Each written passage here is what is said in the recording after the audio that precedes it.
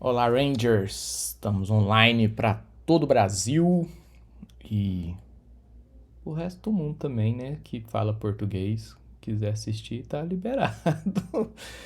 Pra gente falar de um assunto top da balada, continuar o que a gente já falou de doença de Chagas. Vou deixar o card aqui em algum lugar dessa tela, aqui, para você ir lá assistir a parte básica de doença de Chagas. Vamos falar aqui do diagnóstico e tratamento da doença de Chagas. Mete a vinheta, Simone!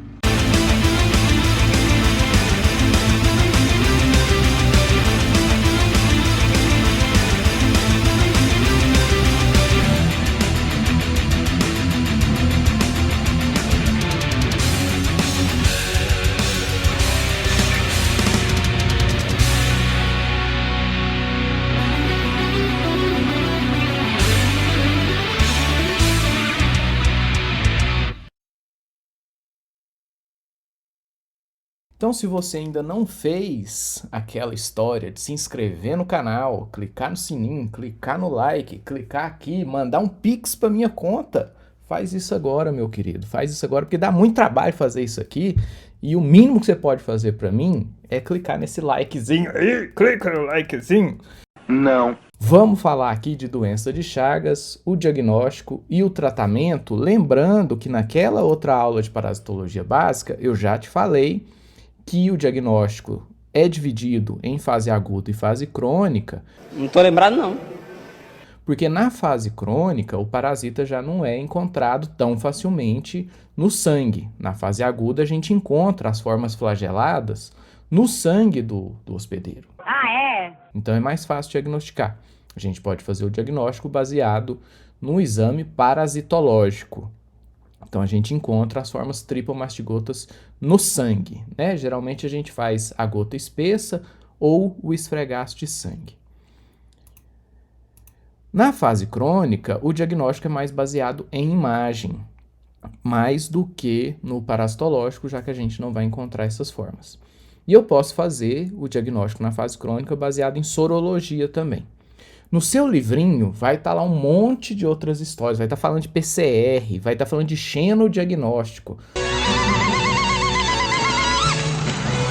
Xenodiagnóstico é um negócio que só faz assim instituto de pesquisa. O xenodiagnóstico se baseia em colocar o barbeirinho para se alimentar do sangue do suposto paciente. Só que esses barbeiros são criados em laboratório, se alimentando de sangue de galinha que não tem parasita. Então, se eu encontro parasita no cocô daquele barbeiro, em torno de 20 dias depois que ele se alimentou do sangue do paciente, isso é um teste positivo. Exatamente.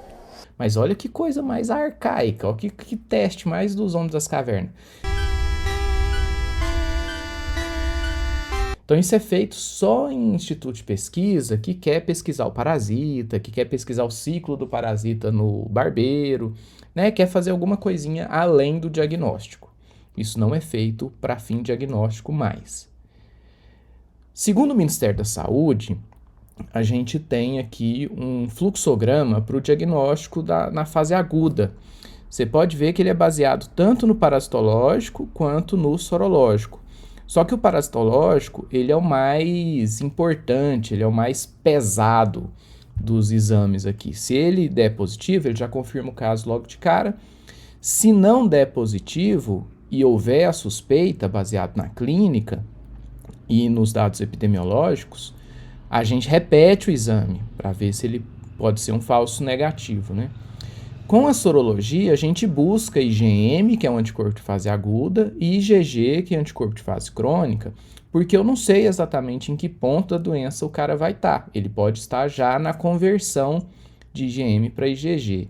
Então, o diagnóstico baseado em IgG, ele só é dado se houver a soroconversão. A gente faz testes com um intervalo de pelo menos 15 dias, então a gente colhe 2 amostras. E se houver a soroconversão, significa a primeira negativa, a segunda positiva. Ou a primeira positiva e a segunda 2 títulos mais alto, isso é um diagnóstico positivo, né? Se o IgG está positivo e 15, 20 dias depois ele continua positivo, mas no mesmo título, isso não fecha diagnóstico, certo?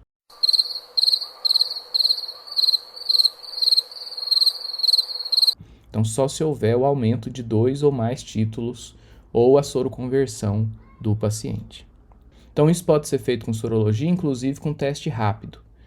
Na fase crônica, o diagnóstico é baseado, na prática laboratorial, ele é feito baseado só na sorologia, né? A gente faz a testagem, são feitos 2 testes IgG, né? Especialmente se houver metodologias diferentes do teste, antígenos diferentes sendo detectados. Se der positivo, confirma o caso, né? Se der positivo em apenas um dos 2 testes, a gente realiza um terceiro com uma amostra diferente de sangue para fazer essa confirmação.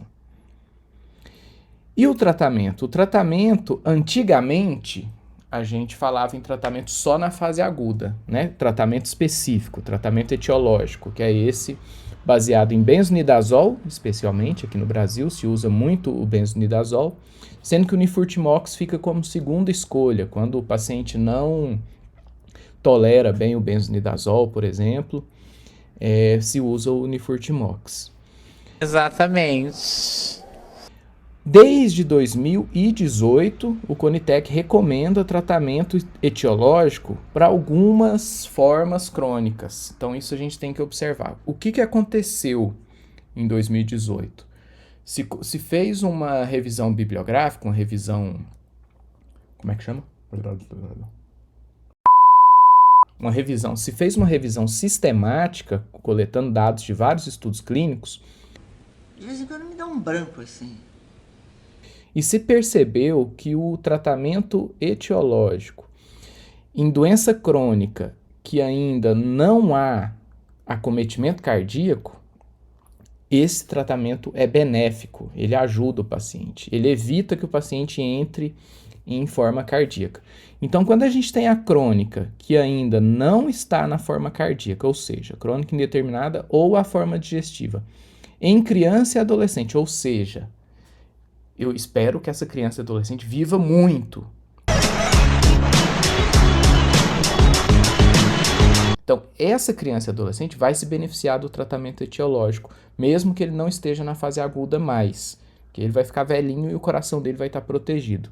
Então, até adultos menores de 50 anos, se percebeu essa vantagem do tratamento etiológico. Adultos com mais de 50 anos, na forma indeterminada ou digestiva, não é recomendado o tratamento, não há benefício desse tratamento. Lembrando que o tratamento com benzonidazol ou Nifurtimox é um tratamento prolongado, né? E é um tratamento que tem muitos efeitos colaterais, especialmente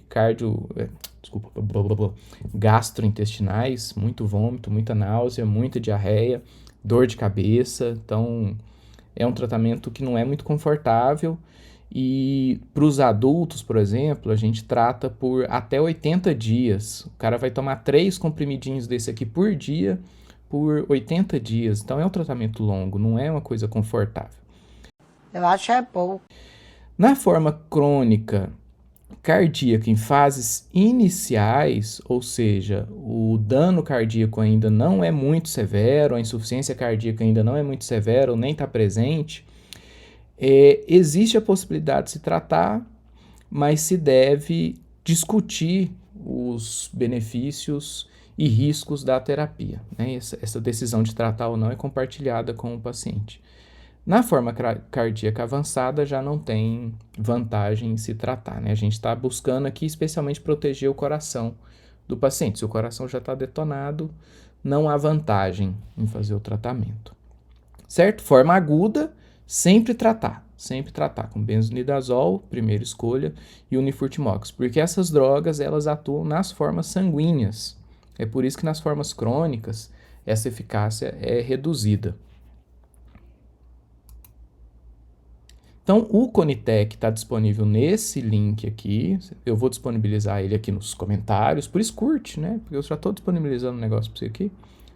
Custa nada, você vai murrinhar like agora. E se a base é sólida, quem define o topo é você. Então não se esquece de deixar seu like, se inscreva no canal, fica com a gente que é só sucesso, meus queridos. Paz e Pix!